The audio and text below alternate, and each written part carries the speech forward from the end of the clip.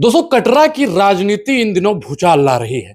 और उधर बहन कुमारी मायावती जी ने जब से आंदोलन किया, रैली की लखनऊ में, तब से पीडीए की साहब, जो पीडीए की बात करने वाले लोग हैं, उनके भी बीच खलबली मच गई है।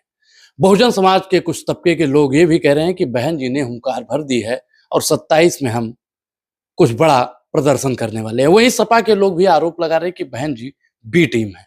उसी के साथ साथ अखिलेश जी की कई तस्वीरें मोदी, अमित शाह और योगी जी के साथ में वायरल भी हो रही है। इसी सब खास मसले पर बातचीत करने के लिए हमारे साथ कटरा से पूर्व विधायक बैद्यनाथ दुबे जी हैं।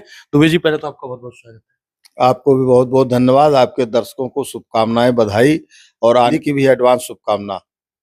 दुबे जी, कटरा की राजनीति को आप बहुत करीबी से देखते हैं। कटरा में पीडीए चल रहा है, लेकिन अभी ब्राह्मण बनाम ठाकुर हुआ। उस मुद्दे से हटके 27 का चुनाव बहुत करीब आ रहा है। आपके पार्टी के कई लोग लगातार नेताओं से मिल रहे हैं। बहन जी ने भी आपकी पार्टी पर कई आरोप लगाए। क्या आप लोग दलितों को सिर्फ वोट बैंक समझते हैं या वाकई में उनकी लड़ाई लड़ रहे हैं? देखो, दलितों की जो बात है वो दलितों की लड़ाई, पिछड़े दलित, अल्पसंख्यक, आधी आबादी जो आंकड़े में कमजोर हैं, उसकी लड़ाई समाजवादी पार्टी लड़ रही है। और अभी आपने 2024 में देखा होगा कि उन्हीं कमजोर वर्गों को जो है सांसद लड़ाया था, सांसद में चुनाव टिकट दिया था, जिससे तमाम पीडीए के लोग जीत करके आए। तो इसलिए ये दिखाई पड़ता है जनमानस में कि पीडीए के लिए, पिछड़े और दलित के लिए कौन आदमी काम कर रहा है। पिछड़े और दलित के लिए खाली समाजवादी पार्टी के नेता आदरणीय अखिलेश यादव जी काम कर रहे हैं, बाकी सब जो है भाजपा से मिले हुए हैं। बहन जी ने तो आप लोगों को बताया कि बहुजनों को अब कहाँ वोट देना है, उन्होंने अलर्ट कर दिया है। बहुजन समाज पार्टी की अभी अभी 9 तारीख को मीटिंग थी। उनके भाषण से ये लगता है कि वो भारतीय जनता पार्टी का प्रचार करने आई थी और उन्होंने योगी जी का और बुलडोजर का समर्थन किया है। तो इसलिए जो हम लोग विरोध करते हैं योगी जी का और बुलडोजर का विरोध करते हैं, भारतीय जनता पार्टी का विरोध करते हैं, इसलिए समाजवादी पार्टी का बहुजन समाज पार्टी ने विरोध किया है। अभी आपने देखा होगा दुबे जी की जो चीफ जस्टिस हैं, उनके ऊपर जूता फेंका गया। तो क्या ये लोकतंत्र पर हमला था? देखो, उनकी चीफ जस्टिस के ऊपर जो बीआर गवई हैं, उनके ऊपर जूता फेंका गया और एक अभी एडीजी स्तर के अधिकारी उन्होंने आत्महत्या कर लिया। उन्होंने बकायदा लिखा भी कि हमको प्रताड़ित किया जा रहा तो इस तरह का पूरे पूरे भारत में इस तरह हो रहा है कि जब से ये दक्षिणपंथी लोग, भारतीय जनता पार्टी जब से सरकार में आई है, तब से वो मनुस्मृति के नीति पर चल रहे हैं। और ये दो मुहा सांप हैं, इनका दोहरा चरित्र है। ये 1937 में जब जो है हिंदू महासभा का अधिवेशन हुआ था अहमदाबाद में, और जिसकी अध्यक्षता सावरकर ने किया था, उन्होंने कहा था कि हम भारत में दो हिंदू जाति है, एक मुसलमान जो है, तो एक हिंदुओं के लिए देश होना चाहिए, एक जो है मुसलमानों के लिए देश होना है। द्विराष्ट्र पर जो है इन्होंने बहस किया था और अध्यक्षता की थी। और 1937 के बाद ये जब 1942 आया और 1942 में जब भारत छोड़ो आंदोलन हुआ, तो यही लोग मुस्लिम लीग के साथ, जिनको कह रहे थे हम एक साथ नहीं रह सकते हैं, उनके जो है आराध्य देव हमारे खलनायक हैं, तो उन्हीं के साथ जो है 3 प्रांतों में, बंगाल में और सिंध में और पश्चिमोत्तर सीमांत प्रांत में इन्होंने सरकार बनाई और बाकायदा जो है पाकिस्तान का समर्थन किया। पाकिस्तान के निर्माण में जो प्रस्ताव पास हुआ था उसका इनके 8 लोग थे, उसका इन्होंने समर्थन किया। तो इसलिए मैं मानता हूं कि ये दोहरे चरित्र वाले हैं। इसी तरह 2 साल 11 महीना के मेहनत पर अंबेडकर जी ने संविधान बनाया और इन्होंने कहा इसमें भारतीयता के नाम पर कुछ नहीं है और ये मनुस्मृति के जो है कानून के मुताबिक नहीं है। और जो आदमी जो है हिंदू से बौद्ध हो गया है, उसको हिंदू के बारे में सोचने का जो है विचार नहीं करना चाहिए। और उनके खिलाफ पुतला जलाया और उनके खिलाफ तमाम भाषण दिया। और इसी के बाद देख लिया, हम कह रहे हैं अम्बेडकर के, डॉक्टर अम्बेडकर के मार्गदर्शन में हम चलेंगे।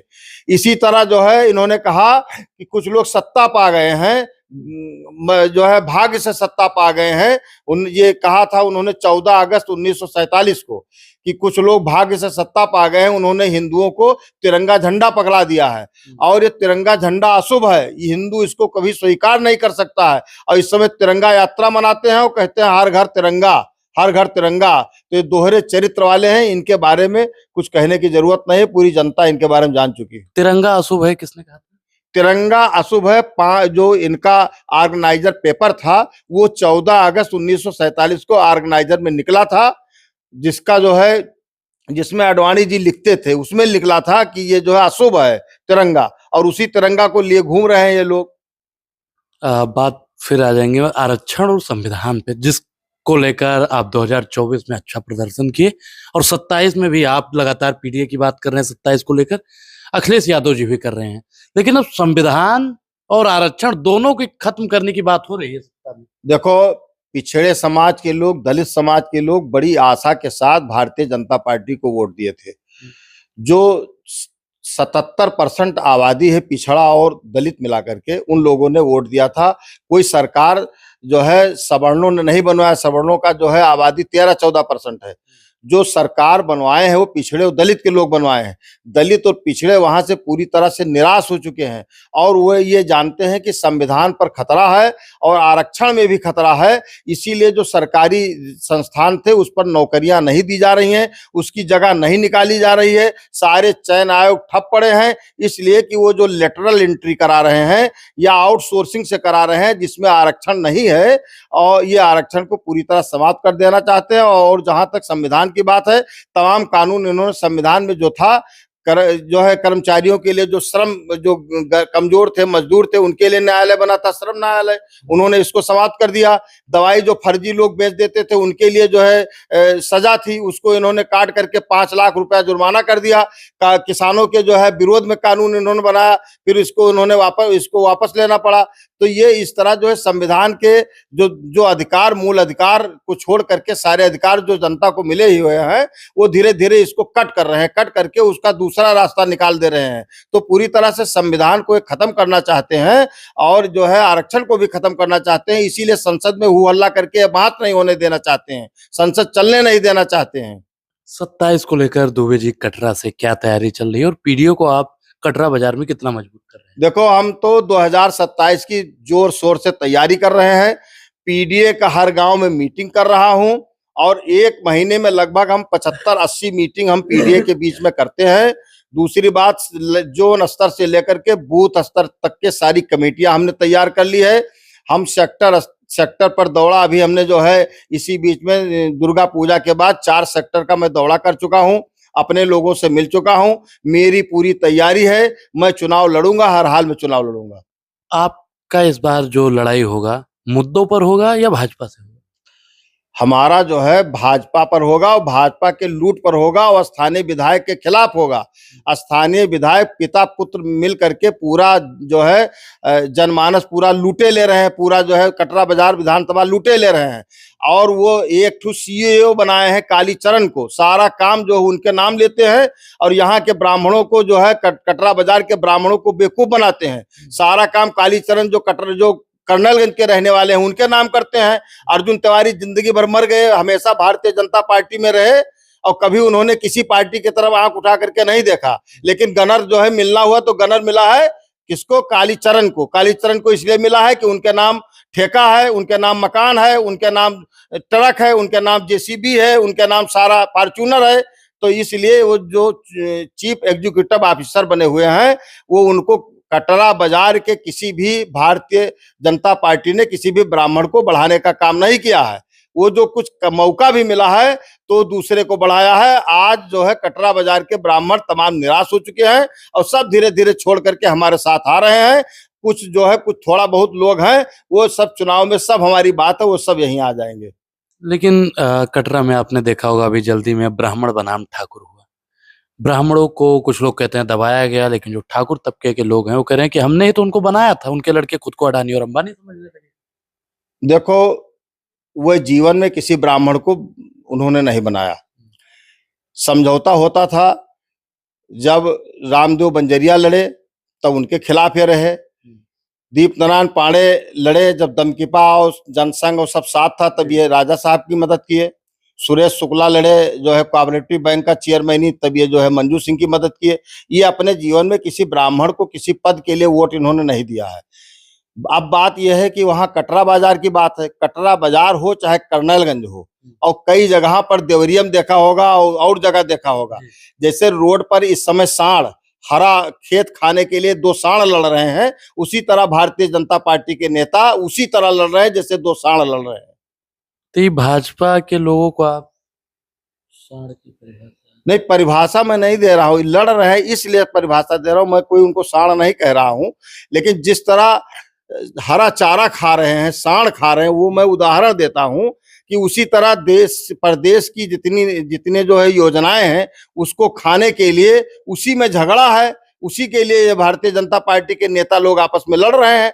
जिस तरह जानवर हरा चारा खाने के लिए लड़ते हैं सड़क पर, उसी तरह ये लोग लड़ रहे हैं, मैं इसलिए कह रहा हूँ। कटरा का क्या मुद्दा होने वाला है और समाजवादी पार्टी किन विचारधारा पर चुनाव लड़ने वाली है? समाजवादी पार्टी पूरा पीडीए के विचारधारा में लड़ेगी और हमारे समझ से 7 सीट अब की जीतेगी। कटरा में कोई ठाकुर और ब्राह्मण का मामला नहीं है, और जो जाति और धर्म और संप्रदाय के नाम पर राजनीति करता है वो शेर की सवारी है। शेर से जब जो उतरेगा जैसे खा जाएगा, उसी तरह जो है जो जाति और धर्म की राजनीति करेगा वो खा जाएगा।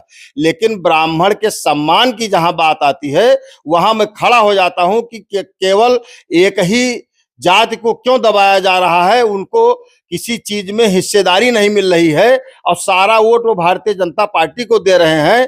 अब खुद ब्राह्मण सिंह कहते हैं कि 70% जो है ब्राह्मणों का वोट हमें मिलता है, और लेकिन उनको भागीदारी कहाँ मिलती है। जब ठेका पट्टा मिलना होता है तो जो है खिरिया मजगवा के ठाकुर, भुलभुलिया के ठाकुर, बीबी सिंह के ठाकुर, गद्दोपुर के ठाकुर, तब पूरे प्रदेश के ठाकुर आ जाते काम करते हैं।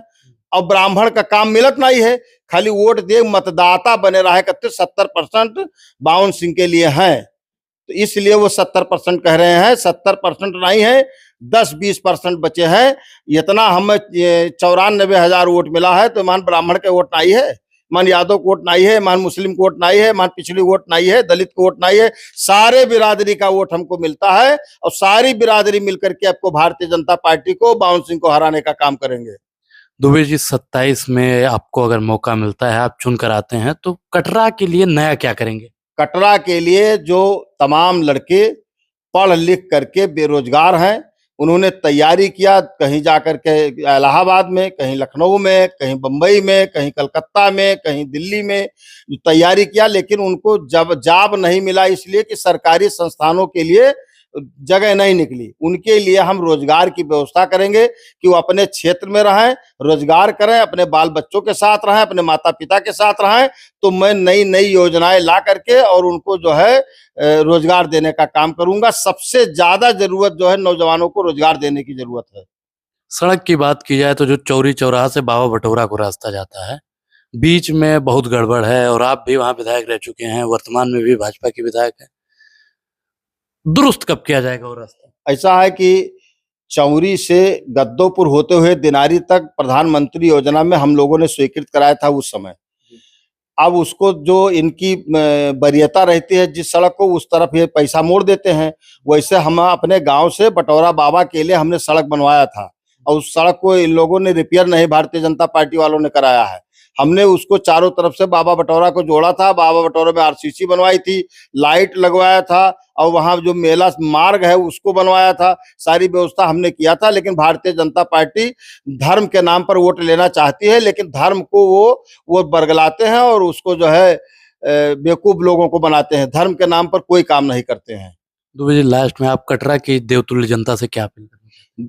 मैं कटरा बाजार के देवतुल्य जनता से मैं अपील करना चाहता हूँ, अनुरोध करना चाहता हूँ, प्रार्थना करना चाहता हूँ कि आपको भारतीय जनता पार्टी और बावन सिंह ने बहुत बेवकूफ बनाया, और सारा पद उनके परिवार में रहना चाहिए। प्रधान हुए रहे, जिला पंचायत सदस्य हुए रहे, ब्लॉक प्रमुख उनके बहू रहे, एक ब्लॉक पर नहीं है तो अकेले पूरा धावा बोले हैं, विधायक हुए रहे, सारा पद उन्हीं को चाहिए। तो जो ब्राह्मण जो इतने पर लाखों की संख्या में है, जो 70% वोट देते हैं, तो क्या उनके लिए कुछ नहीं चाहिए? इसलिए अपने अधिकार के लिए ब्राह्मणों को लड़ना चाहिए और हमारे साथ आना चाहिए। हमारे साथ रहेंगे तभी उनको अधिकार मिलेगा, तभी उनको सम्मान मिलेगा, और नहीं तो बावन सिंह के यहाँ दूसरे दर्जे के नागरिक बने रहेंगे। एक नंबर पर उनके यहाँ ठाकुर है, एक दर्जे का नागरिक, दूसरे नंबर पर जो है ब्राह्मण है।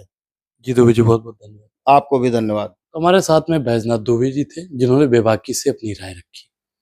वाकई में कटरा बाजार से अगर आप हैं और आपके मन में कोई सवाल है जो दुबे जी से पूछना था, तो आप कमेंट सेक्शन में जरूर पूछिए ताकि अगली बार मैं पूछ सकूं। बहुत बहुत धन्यवाद।